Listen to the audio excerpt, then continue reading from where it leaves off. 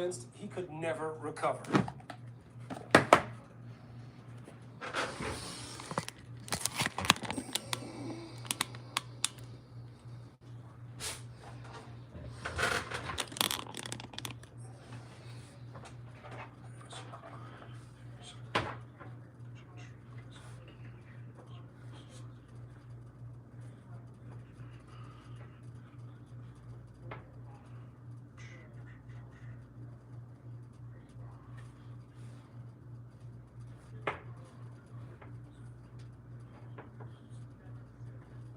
What's up, guys? I see one person. I'm gonna go in and I've got to fix. I did a scheduled stream and I fucked it up. So let me fix that. Let me go back and let those guys know where to go. What's up, guys? I see you.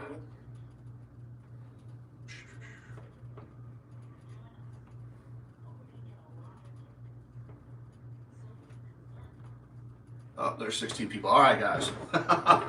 Sorry, you can just call me Mav TV. I totally blew it here, but at least it didn't crash. I'm just a moron, and I'm not real good at this live stuff. I haven't done it yet very often, so yeah, fuck it. It is what it is. Let's see here. Let me get back to my notes for Lakewood. And let me enable comments here. I want to see what you guys are saying.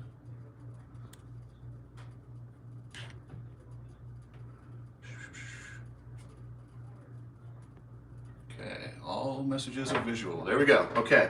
All right, guys. Excited to hear what you guys think and what your predictions are. I got some interesting thoughts for Lakewood. 450 class. It goes first today, which is actually a big... Yeah, sorry about that. I fixed the stream. Yeah, it is what it is. You're dealing with a one-man army here, and I'm just learning as I go. So, 450 class is going first today because the first motos are on NBC, big NBC. That's why they brought in Carmichael and Will Christian. Sexton, holy shit, he looks fast. Guys, that's my pick. I'm going with Chase Sexton. Chase Sexton is an absolute beast. His feet on the pegs style is really good for this track.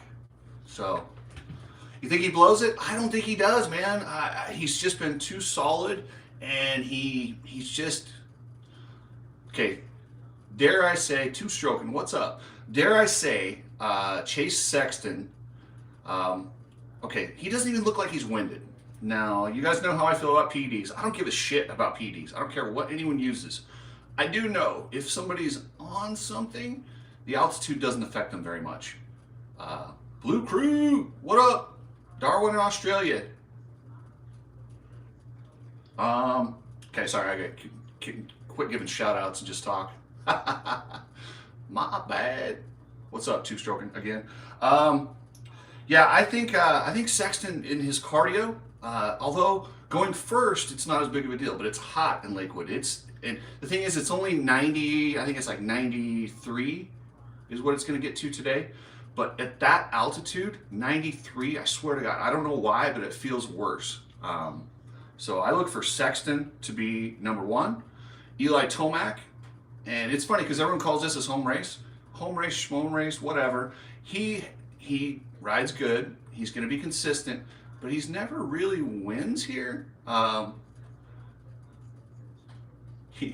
You don't like Sexton, huh? I love the hair. I love the yellow, or like the hair, the attitude, the I'll run over my grandma, the whatever it takes to win. I like Sexton.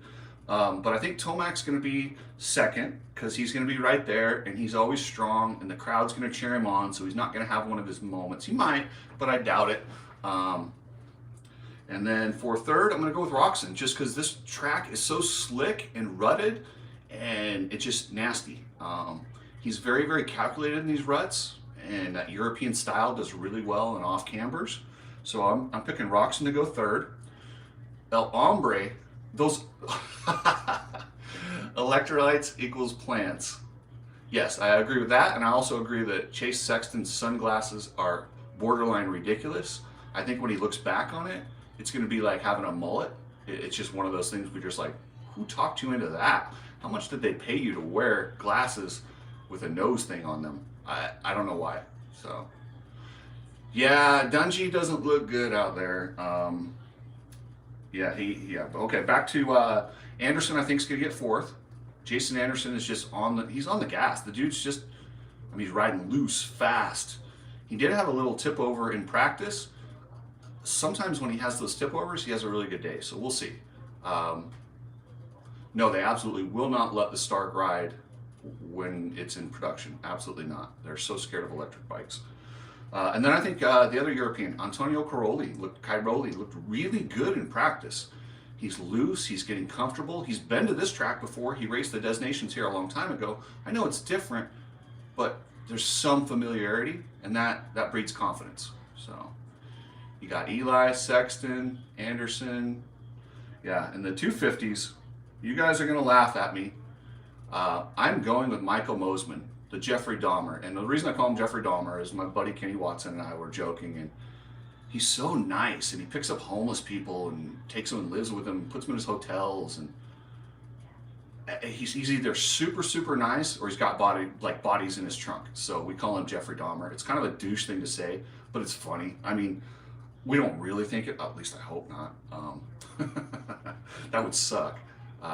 I hope Mosman gets it, man. That guy has been grinding, and the big crashes he takes and the way he sends it, he's good for the sport, and he was feeling it. I don't know if you guys saw in practice when he was done, he did that little wheelie up to the podium. Like, he is feeling it today. And just sometimes you have a day, and this track's a lot like Hangtown, the sense of the way that the dirt develops, the off cambers.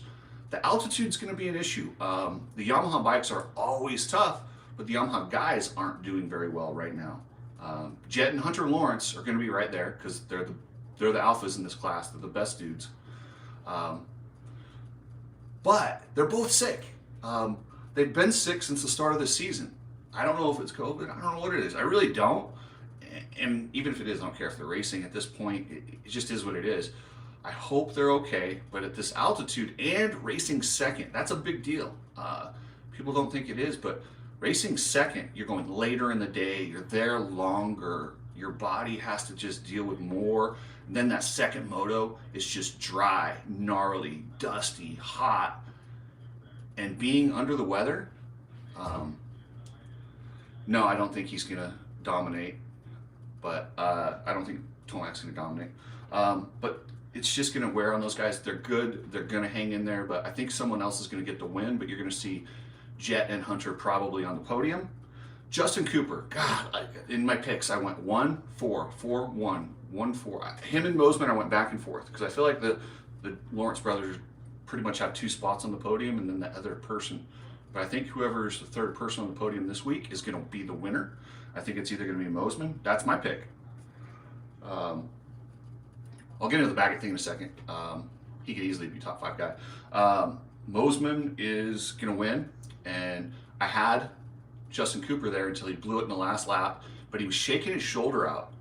Yes, well, no, it's not higher than where Tomac lives, but Anderson is training at altitude occasionally now. He's got that place in New Mexico. And then Levi Kitchen, who's been really good. And watch Levi Kitchen when it goes back east. Adam Robbins, you're welcome. When it goes back east, we're going to see Levi Kitchen and that softer dirt. This kid's real deal, man. I'm telling you. Levi Kitchen is a badass. Today with the Star Yamaha and the extra power, I look for him to get up there in the top 5. Maybe sneak into a podium if he gets lucky. But, I mean, looking at the top 4 guys, yeah. He is a beast. He's absolutely, yeah. Yeah, this field is in big trouble if the Lawrence brothers can get healthy. Yeah, Tomac he's good. You guys know, it's kind of funny. He's just not that good all the time. And so you guys want the Blake Baggett story. And I'll give you this story just because it's funny. Everyone thinks I'm bummed on Butler Brothers MX. I'm not. You know what I'm bummed on? I'm bummed on the fact that they didn't pay. They didn't do the things they were supposed to. I'm not bummed. I love having another team out there. And the fact that they're still doing it and they've got Benny Bloss and Freddie Noren, fuck yeah, that's awesome. And Benny Bloss was 7th fastest today. That's awesome. As long as they do what they say they're going to do, Green screen's only on, I don't know how to do that live. Yeah, I'll get there. But the green screen I can do when I record it because I add the green screen when I'm editing. So when I go live, this is just how it's going to be. Sorry, guys. Sorry, not sorry. It is what it is. I'll figure it out. But yeah, Benny Bloss is one bad mofo. I cheer for the tall guys. I'm 6'4", and he is a good 2 to 3 inches taller than me, which his big feet in these ruts might be an issue, but he doesn't seem to be scared today. And I love the fact that this team's still surviving and getting to the races. And I have zero ill will towards them at all. So, yeah. Barsha, Plessinger, and Dungey are all going to struggle today. I don't know why. Well, I'll tell you why Dungey. Dungey, if you guys remember, this is the track where he ate shit and broke his neck. This is literally the last race he did before he retired. Yeah, he was looking good. Jolly Green Giant. I like that. Yeah. Listen, I get that same thing when I ride. Yeah, I feel for him, but I also watch his style, and I can... Here's what you guys don't know about being tall. Tall guys are more prone to arm pump because you're holding on longer, you're standing up, your balance point's higher. It just changes things. Yeah. And let's see, where was I at there? I lost my point of view there. Throw a question at me, guys. What do we got? What do you guys want to know? So what kind of support does Butler Brothers get right now? Not a lot. They probably have some bikes, but they're probably mostly stuff that you could buy over the counter. I don't think they have any of the unobtainium parts, and unless they start getting top fives. I don't think Roger's going to walk anything over there. I believe they're on the older model. Short guys are cheaters. Well, the thing about being tall is, yes, you have some advantages, but you have to stand up. Imagine doing a squat and going all the way down, and then doing a squat where you go 3 inches. Who's going to get tired faster? The guy doing the huge squat. Now, back to my Blake Baggett. Blake Baggett is out. Blake Baggett had a contract. Yeah, I'd love to do one. My pro career sucked, though. I peaked in the amateurs, guys. My pro career ended before it got started when I broke both my arms when I was talking with Pro Circuit. But back to Blake Baggett. Before I get sidetracked, I gotta stop reading you guys' comments. Blake Baggett had a contract. He got some significant heavy bonuses for podiums and wins. The team owed him upwards of, I believe, $7 million? Could be. Well, this team had a history of what they'll do is they'll put these ridiculous bonuses in, and if the guys hit them, they don't pay. And what they do is they stiff them, force them to go to court, and settle out of court for a lower dollar amount. They did this with Blake Baggett, and when they do that, they make them sign a non-disclosure agreement. So not only did they steal the money, they couldn't pay, or they couldn't talk about it. So yeah, that's so crooked. But I've talked to multiple riders. I'm not going to name them because they all signed agreements and they don't want me getting them sued. But yeah, it's a big amount of money. And maybe it was $700K. I don't remember. I'd have to look it up. You have to check my old videos to see how much it was. I've kind of washed my hands of the whole situation. It sucks how they tried to kill the messenger. All I was doing was talking about he can go get a new contract and ride. But Blake Baggett, he has that wrist that is really bad. And people never really talked about that. He broke that when he was on the Pro Circuit 250. That thing has been ailing him for a long time. Chronic pain's a bitch, and he's putting it out there, just destroying that wrist, not getting paid. He makes a hell of a lot more money working with his dad, and it's just easier. He doesn't have to deal with any bullshit, and he's happy. He's happy in life. He's happy the way things are turned out. He's happy with his career, and he's ready to move on to another chapter. So, dude, him and Adams and Cirillo at Washougal just launching it. See, that's the thing. Okay, so Butler Brothers MX, I think I've made this comparison before. It's like going out with a girl that you know cheats on everybody, but you think she's going to change for you. I don't think they are. I don't think she's going to change. So, yeah, I don't know. Hey, and how about, I want to give a little shout out to Jalik Swole. Jalik Swole is out there on a shoulder that probably should have surgery and get repaired, but kid's a savage. Kid is an absolute beast. He's quickly becoming one of my favorite riders. I probably, if I were in his corner, I'd probably tell him not to race, but you can't. I think there's a shortage of heart these days. I was really disappointed to see Malcolm Stewart not ride. I was disappointed to see Austin Faulkner not tough it out. These are injuries they could get healed in the off season. They could get the surgery. Yes, they'll be a little bit behind the 8 ball coming into Supercross, and that's part of the reason I think these sports should be so separated. Like, I think you should have Supercross riders and outdoor riders, much like you have GNCC riders and motocrossers. I think they're just different, 100% different sports these days. You can have some guys that'll do both, but I think you can have specialists too and then bring in different guys. I don't think it's that big of a deal, and I think that's what we're going to see with World Supercross moving forward, is a lot more guys just being specialists. You'll have an outdoor guy, you'll have an indoor guy, you'll have a GNCC guy. So yeah, they definitely got to toughen up. What's up, real JD? So did you guys see the section on the, well, they've made some really cool changes to the track at Colorado. You'll notice all the banners are moved back, so I don't think anyone's going to get impaled with a stake. They've got that rhythm section, that uphill rhythm section, where they have to step up over like a speed check. It's really cool. And it doesn't look that big from one camera angle, but if you actually see it from behind, you're like, woo, it is so gnarly. Wait till the second moto when that thing's torn up and these guys are trying to get over it. It's going to be nasty. Yeah, first moto's on NBC, and I believe it's on Peacock, which is, I don't even know what to say, guys. You can talk to your buddy Davey Coombs. He's an idiot. Yeah, I don't know. I don't even know what to say. Like, if I was in those meetings, it would be a different. Yeah, and I'm okay. So I understand tracks. You have banners. You have to have sponsors. My problem is, who the fuck is collecting all that money? Because every single one of those sponsor banners you see out there is upwards of $100K, and I've talked to the sponsors. I know how much they pay. There's a lot of money. So yeah.